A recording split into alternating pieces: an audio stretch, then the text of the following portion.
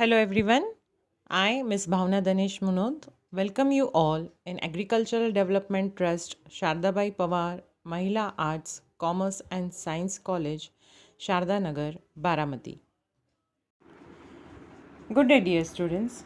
As last period we studied about individual market schedule, individual demand schedule and market demand schedule. Now we have seen also the diagram, children. If you have seen in first diagram, it was a single consumer and a single person. Here what market demand schedule diagram has been telling us? See over here, if you can see in the diagram, children. Many types of consumers are there. See, many types of consumers are there. The person is selling. Single person is only selling. But how many consumers, how many customers are there? Many types of customers are there. That is called as market demand schedule. But even if we have studied both individual demand schedule and market demand schedule, what it has been told in both the things that demand is inversely related with price of that commodity.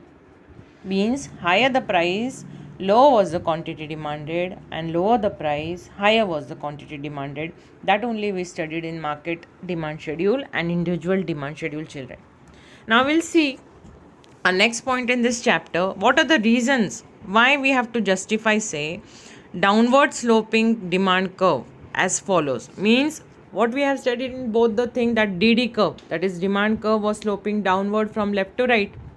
This we studied. So why this happened? We have to justify. What are the reasons why we tell that thing? So the first reason they have told regarding law of DMU, children, that we studied in utility chapter, law of diminishing marginal utility. Now what this law told us, that with every successive unit of a commodity, marginal utility goes on diminishing.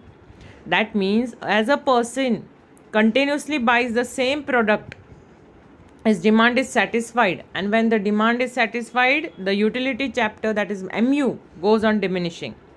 So this first point tells us regarding law of DMU, first reason why demand curve is sloping downward, that marginal utility goes on diminishing with an increase in the stock of commodity and vice versa, and therefore consumer tends to buy what?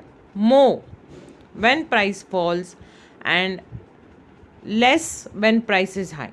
So this also is coming, or this reason can be justified through law of DMU, and they have told that therefore this demand is what?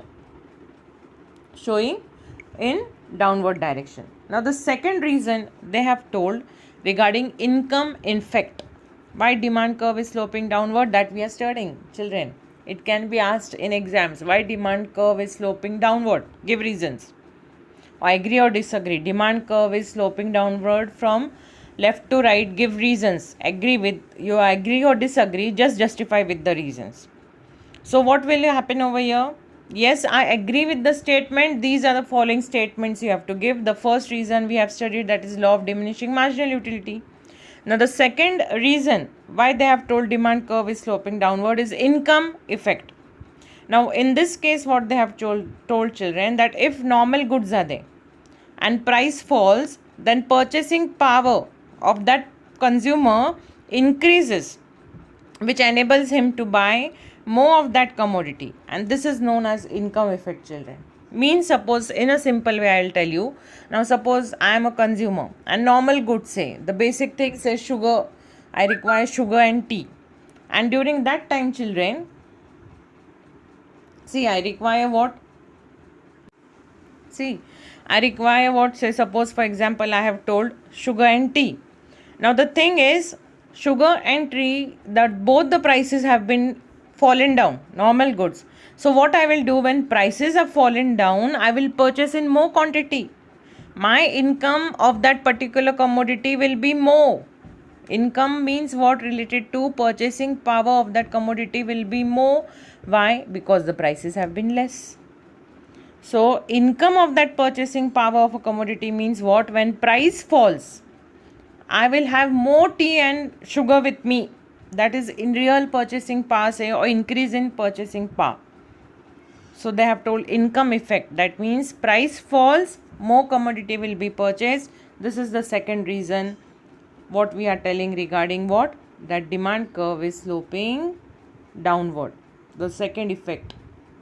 Then we'll see the third reason. Third reason is what? Substitution effect. We all know substitute goods. Say, for example, tea and coffee I will take. Now the thing is, when tea price is high, children, people will go for substitute good option for coffee because tea's price is higher. If coffee price is high, children, people will have an option of tea. That means both options are there, tea and coffee. So when price of any of the commodity rises, people will choose another commodity. That is called as substitute effect. So this is also one reason where demand curve will fall. It will slope downward from left to right. So we are studying reasons, children. So in that, the third reason is what? Substitution effect. So in case of substitute goods, when price of a commodity rises, the consumer tends to buy more of its substitute and less of that commodity price when increases. So this is known as substitution effect. That's why demand curve is sloping downward. Then the fourth, children, multi-purpose uses. Now see, simple example of multi-purpose uses I will give you. Electricity. See, electricity, say we use only one time. That means we purchase that electricity, whatever light meter is their connection, one time only. It will cost more, but it is using, where we use electricity at home, it is using, means multi-purpose uses of electricity is there. Fan, refrigerator, TV, washing machine, so many things are used by this electricity. Therefore it is called as multi-purpose use. So what happens when we purchase a commodity, one time only investment is done. We don't purchase it every time. The demand falls. Every time will not put meter at a home. So what will happen over here? The demand falls. So even if the rise in price is there, the demand has fallen because only one time investment is there, children. Therefore multi-purpose use is also one reason causing demand curve sloping downward. Then the fifth one is what? New consumers. See, when the price of a commodity falls, a new consumer class appears who can now afford that commodity. Thus, the total demand for the commodity increases with fall in price. That means, see, every time consumers or customers' need and demand will be changed. So, when the price falls, customers will be more. New customers will be there. Old customers, they have satisfied. But prices, if rise and decrease is there, the customers also will change their behavioral pattern, and according whatever will be affordable to them, that will they purchase. So see, children, normal person also, say even I, for example, if there is any sale or discount anywhere going for shopping, say in groceries or in clothes, what I will do, I'll rush to that shop. Why? Because I know it is very profitable to purchase clothes, say for example, at discount or sale. So when prices will be low, people will opt for more what? Purchasing more commodities because prices are less. Therefore, this is also one reason, children, regarding why demand curve is sloping downward from left to right. Again, I will repeat this point. See, what we have studied. We are studying that why, give the reasons why demand curve is sloping downward. So we have studied one reason is law of DMU, diminishing marginal utility. The second reason is income effect. Then the third reason is children substitution effect. Fourth reason was what? Related to, say, normal goods, consumer or multi-purpose uses. Electricity we gave example. And the sixth reason was, children, new consumers. So every time the consumer, whenever the price will be low, they will purchase the product. So these are the reasons where we can justify the answer that demand curve is sloping downward. Then see, children, if you can see that just an example is given in your textbook. At home you can try this. You can prepare a table, a schedule of your family, what commodities you use, you purchase. So for example, vegetable, fruits, medicines, etc. Children, you can make a table regarding how your parents purchase that or how you purchase that particular type of commodity, and you can compare it with price and see the relationship. What is your need, what is your demand of a commodity, how much you purchase monthly related to price, and what you do for discounts, whether you purchase it. So you can prepare a monthly table of that demand schedule at your home, children. Now we studied reasons regarding justifying downward sloping demand curve. Now we'll see over here, children. If you can see, the table has been given over here, children. That is, complete the following table according to hypothetical demand schedule they have told. Like how we have studied it, individual and market demand schedule. What we have studied, that whenever higher was the price, low quantity was demanded, and whenever low price was there, higher quantity was demanded, children. So same table has been given over here, which I will tell you to solve as homework, and I will discuss online. See what you have to do over here, children. You have to fill in this blank column. So how? Now see, we have studied for price rupees 350. How much quantity was demanded? 3.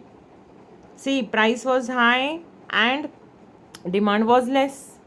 And here last column you can see price is low, 100 rupees, but the quantity demanded is how much, children? 30 rupees. That means the table you have to fill up these columns, blank columns, and you have to put your kgs, quantity demanded, that we will discuss online class, children, that the price was high, less quantity demanded, and the price was less, higher quantity was demanded, and you have to just fill in the blanks over there. How much quantity was demanded at rupees 300, at rupees 200 and 150, children. As we have studied in individual market demand schedule, individual and market demand schedule, that what demand is inversely related with price of that particular commodity. Now we have come to next important part of this topic, children, types of demand. See, if you can see in the diagram, types of demand we are going to study, and the demand is divided according to this diagram. If you can see, types of demand, it is divided into 5 types. That is direct demand, indirect demand, complementary or joint demand, it is called, children, and composite demand and competitive demand. So we'll see our first demand, that is direct demand. Now direct demand means what, children? Basic needs are there, food, clothing, shelter, for example, that we directly demand it. We require this. We require groceries, say we require milk every day. So we go to the market and purchases. That is direct demand. We require the things every day, the basic things we require every day, and we go to the market and purchase the commodity. That is called as direct demand. So direct demand is the demand by the consumer for goods which satisfy their wants directly. They serve direct consumption needs of the consumers, and thus it is the demand for consumer goods, for example, demand for cloth and sugar. This is direct demand. Now come to a second demand, type of demand, that is indirect demand. Now indirect demand is also known as what? Derived demand. So it refers to demand for goods which are needed for further production. So say it is demand for producers' goods, hence all factors of production have indirect or derived demand. So for example, demand for workers in a sugar factory is derived or indirect demand. Now see, direct demand, what we studied, basic things we require, we go to the market and purchase the commodity. Indirect demand means raw materials, for example. So who will require? Producers. The factory people, the producers will require what? Raw material. For example, to make sugar, what we require? Raw material as sugar cane. So this will be demanded by whom? The producer, for manufacturing finished goods. So this is called as indirect or derived demand. Means some of the people will require this product and therefore they will purchase it. So raw material means what? Raw material is required to produce finished goods. That is called as indirect demand or derived demand, children. Now third type of demand we will come to know, that is complementary or joint demand, children. Complementary, the third type of demand. Now complementary good means what? When two or more goods are demanded jointly to satisfy a single want, it is known as joint or complementary demand. For example, car and fuel. Very simple this is. What is the joint demand? Say pen and ink. For example, this is also we can keep. Because without ink, pen cannot work, children. Without petrol, say car cannot work. Without petrol or diesel or fuel, whatever it is there, car cannot run. So this is joint demand. Means when we purchase a car, we have to purchase petrol also. When we purchase a pen, we also have to purchase ink. These both goods are combined with each other. That is called as joint demand or complementary demand, children. So when two or more goods are demanded jointly to satisfy a single want, it is known as joint or complementary demand, children. For example, car and fuel, it has been told. Now come to fourth type of demand, children, that is composite demand. Now see, the fourth type is what, children? Composite demand. Now composite demand means what? A demand for a commodity which can be put to several uses. It is known as a composite demand. For example, electricity. As I told, electricity gives multi-purpose uses. So electricity can be used as light, fan, washing machine, etc. So an electricity, one time only investment, one time only purchasing. So it is called as composite demand, as it is using for various purposes. And the last type of demand, children, is competitive demand. So competitive demand is demand for those goods which are substitute for each other. For example, tea or coffee, sugar or jaggery. So these are what, when people doesn't want sugar, they purchase jaggery. When people doesn't want tea, they purchase coffee. That means substitute goods are these. So these types of substitute goods are also called as competitive demand, children. So demand for those goods which are substitute for each other, for example, tea or coffee, sugar or jaggery, is called as competitive demand. Now we will have revision again on types of demand. See what we have studied, children, regarding types of demand. Again we will start. So what is there in types of demand? See, the first one was direct demand. In short, direct demand means what, children? Basic things are purchased. You go in the market and purchase things. So it will be food, clothing, shelter, any type of good, that is direct demand. Then second one is what, children? Indirect demand. Indirect demand means what? Raw material. So who will purchase? The producers will purchase to do finished goods. For example, as sugarcane will purchase by factory, those who have sugarcane factory. Why? Because they have to purchase raw material, that is sugarcane, and make finished goods, sugar. So that is called as indirect demand. Then the third type of demand was what? Complementary or joint demand.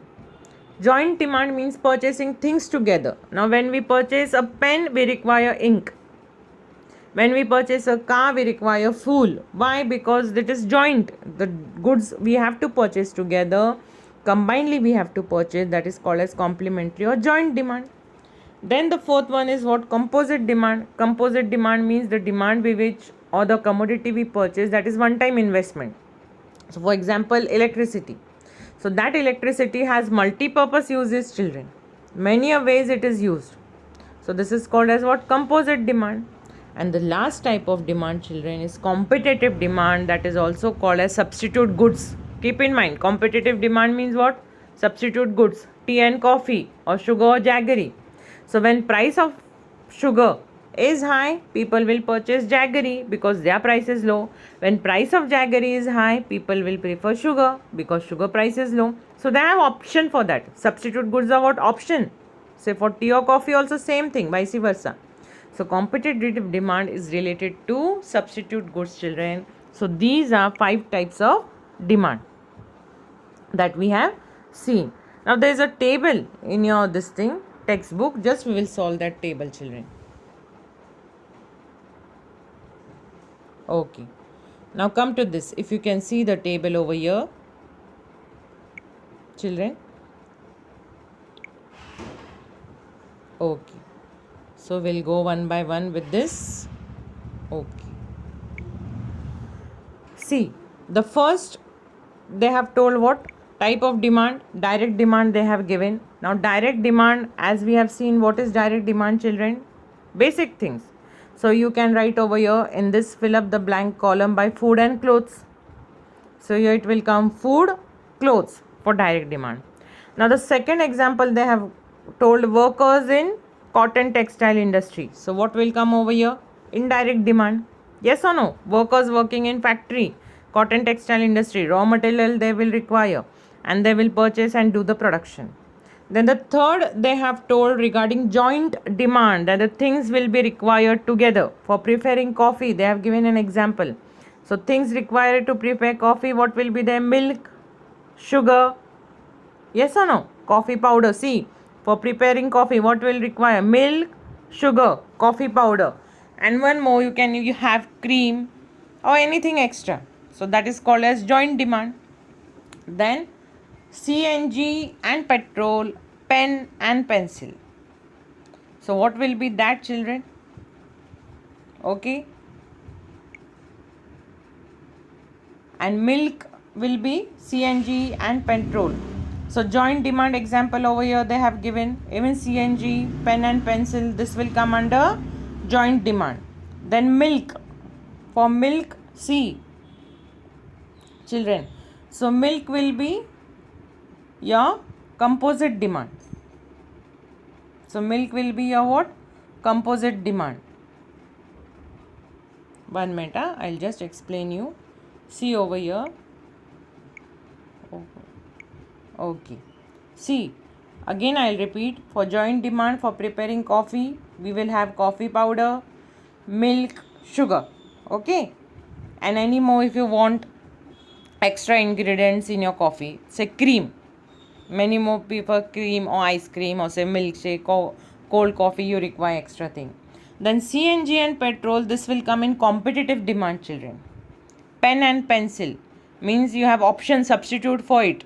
Example, this will come under competitive. Means, see, we have options for car. The car either can be run by petrol, the car either can be run by CNG, the car either can be run diesel. So these are what? Competitive substitute goods we have. Even pen and pencil, either use pen or either use pencil. So these are coming under substitute goods. So your competitive demand will come, children. And the last, your composite demand means one time only use is there, but it will give many various purpose uses, as we have seen electricity. So what milk can do over here? See, by milk we can prepare tea, by milk we can prepare curd, by milk we can direct consume, and we can make sweets also. So this milk is so many using for many purposes. One only product, but used to make multi-purpose uses, or many products can be made. That is called as what? Composite demand. Yes. So these are the types of demand which we can study according to this table, and with example they have given, children. So enough for this period. Next period we'll see determinants of demand.